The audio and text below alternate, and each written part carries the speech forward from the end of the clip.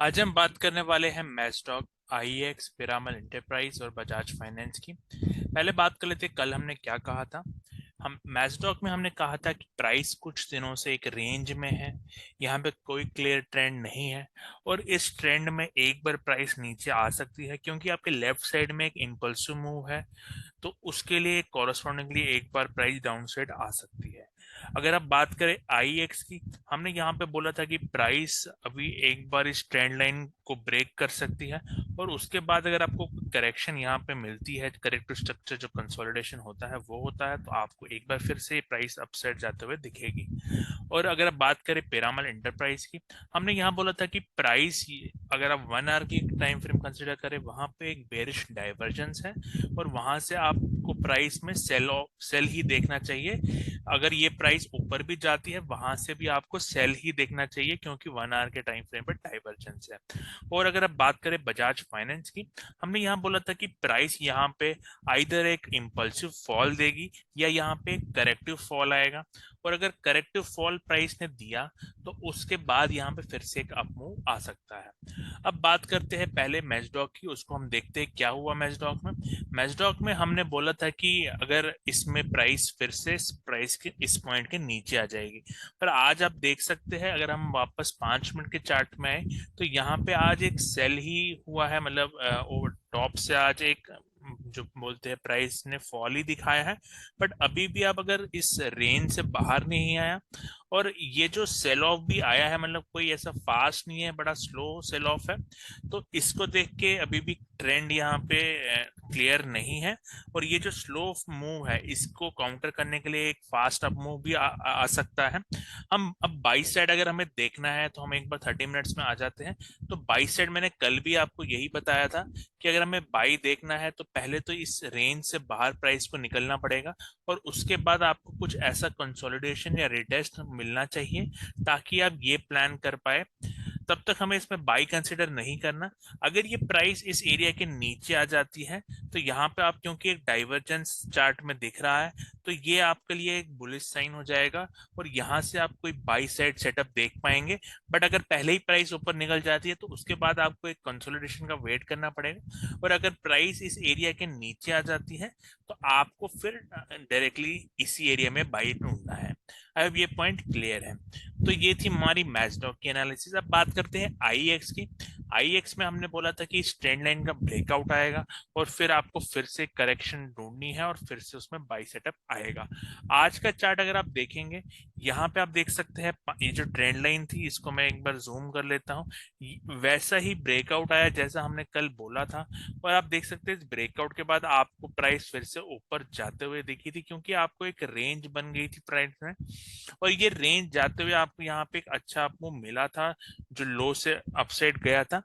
तो इस जो ये जो प्राइस एक्शन है इसके बाद यहाँ पे एक फॉल भी दिखाया है प्राइस में, तो उसमें भी आप देख सकते हैं यहाँ पे एक शार्प मूव आया, उसके बाद आपको ये करेक्शन मिली, फिर से प्राइस नीचे आ गई। अब अगर आप देखें इस जो ये वाला मूव है अभी इसमें स्ट्रेंथ है और अनलेस एंड अनटिल ये प्राइस फिर से 126 लेवल के ऊपर निकलता नहीं है तो आपको बाई कंसिडर अभी नहीं करना। और अगर आपको यहाँ पे कल फिर से करेक्शन मिलती है, जो करेक्टिव स्ट्रक्चर है वो मिलता है, तो आप इसमें अभी और नीचे के लेवल्स देख पाएंगे। तो आपको यहाँ पे इस टाइप का कुछ करेक्शन देखना है, वो करेक्शन आपको मिलती है तो आपको यहाँ से फिर से एक सेल ऑफ नीचे की ओर मिल सकता है। ओवरऑल ये जो आज क्लोजिंग इसकी हुई है वो इतनी अच्छी नहीं हुई है, तो यहाँ पे हमें स्ट्रक्चर अगर बाई साइड देखना है तो 126 लेवल के ऊपर ही हमें देखने को मिलेगा, तब तक हमें यहाँ सेल ऑफ ही देखना है, मतलब यहाँ सेल के ही ट्रेड्स लेने हैं। आई होप ये पॉइंट भी क्लियर है। अब बात कर लेते हैं हमारे तीसरे स्टॉक जो था पिरामल। पिरामल में हमने एक फॉल की एक्सपेक्टेशंस की थी क्योंकि 1 आवर के चार्ट में एक डाइवर्जेंस है। और अगर आप आज पिरामल की चार्ट देखें तो यहाँ पे प्राइस इस पॉइंट के ऊपर जरूर खुली है, लेकिन आप देख सकते हैं वहीं से पहले कैंडल से यहाँ एक सेल ऑफ आया है और अराउंड 30-35 पॉइंट्स का सेल ऑफ आया था इसमें और प्राइस एकदम लो पे जाके फिनिश हुई है। तो जो हमने कल एक्सपेक्ट किया था वही इसमें हुआ है क्योंकि यहाँ पे एक बेरिश डाइवर्जेंस, अगर आप 1 आवर की बात करें तो वैसा ही मूव इसमें मिला है। अब हमें देखना है कि ये जो मूव हमें मिली है कि कल हमें कैसा स्ट्रक्चर मिलता है।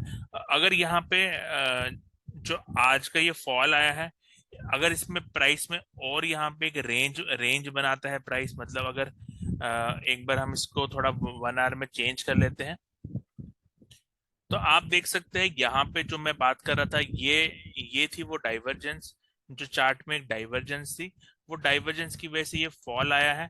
और ये फॉल अब एक्सटेंड कर सकता है उसको, या फिर डायरेक्टली ऊपर भी जा सकता है।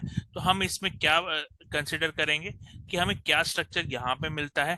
अगर यहाँ पे समझ लीजिए एक रेंज बाउंड स्ट्रक्चर ही मिलेगा, जो एक छोटी रेंज में प्राइस रहेगा, इस एरिया में ही प्राइस अगर रहता है, और यहाँ मिनिमम 3 वेव करेक्शन हमें मिलता है, तो इसमें आने वाले टाइम में आपको और फॉल मिलता हुआ दिखेगा। बट कल के लिए इसमें अगर आप 15 मिनट के चार्ट में देखें तो यहाँ पे पुल बैक भी आ सकता है। अगर हम 5 मिनट में एक बार मैं बात कर रहे थे कि क्या बोल रहे हैं, आप देख सकते हैं यहाँ पे प्राइस जो स्ट्रक्चर बना रही है, उसके बाद यहाँ पे थोड़ा अपसाइड आ सकता है, और उस स्ट्रक्चर के बाद यहाँ फॉल आएगा।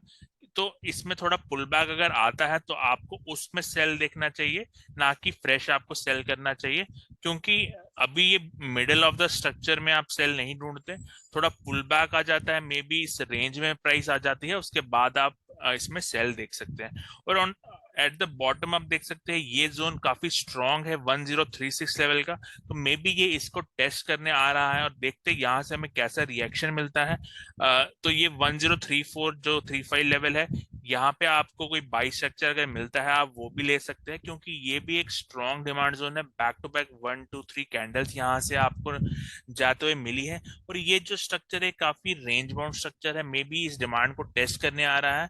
तो ये कल हम इसको अपडेट करेंगे कि इसमें से कोई बाई स्ट्रक्चर हमें मिला है कि नहीं। बट अभी के लिए हमारी ये एनालिसिस है पिरामल में।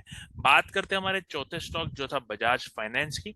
यहाँ पे भी हम फॉल एक्सपेक्ट कर रहे थे, बट अगर आप आज का चार्ट देखें, जो स्ट्रक्चर में कल यहाँ डाइवर्जेंस थी, अगर हम 5 मिनट के चार्ट में देखें, बट आज में जो हमने कल भी ये बात की थी कि ये अभी स्ट्रक्चर पूरा नहीं हुआ।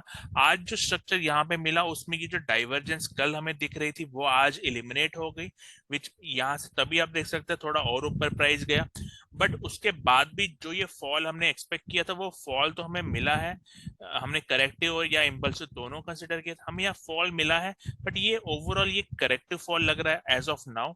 और अगर ये समझ लीजिए, अगर हम वन आवर में आ जाते हैं, कुछ थोड़े 1 2 आवर्स तक, मतलब अगले कुछ 2 3 सेशन, मतलब एक सेशन तक ये इसी रेंज में अगर प्राइस रही, जो इसी टाइप का यहाँ पे इसी रेंज में ये प्राइस रहती है 1 आवर के टाइम फ्रेम में, तो ये करेक्शन साबित हो जाएगा। आपके पास एक इम्पल्सिव मूव ऑलरेडी लग चुका है, और अगर यहाँ ऐसा ऐसा कुछ स्ट्रक्चर बनता है इसी रेंज में रहता है, तो आपको और अपसाइड जाता हुआ मिलेगा ही आने वाले टाइम में। बट अभी अगर ये इसी रेंज में रहता है तो हम इसमें फिर से बाई स्ट्रक्चर देखने की कोशिश करेंगे। अब ये पॉइंट भी क्लियर है। तो ये थोड़ा मतलब स्विंग ट्रेड जैसा हो जाता है।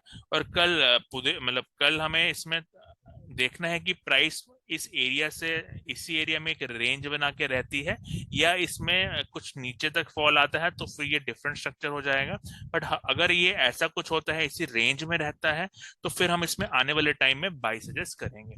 अब ये पॉइंट क्लियर है। ये एनालिसिस आपको पसंद आई, कुछ नया आपने सीखा, वीडियो को लाइक करिए, कोई डाउट है उसे कमेंट डाल सकते हैं। Thank you and have a nice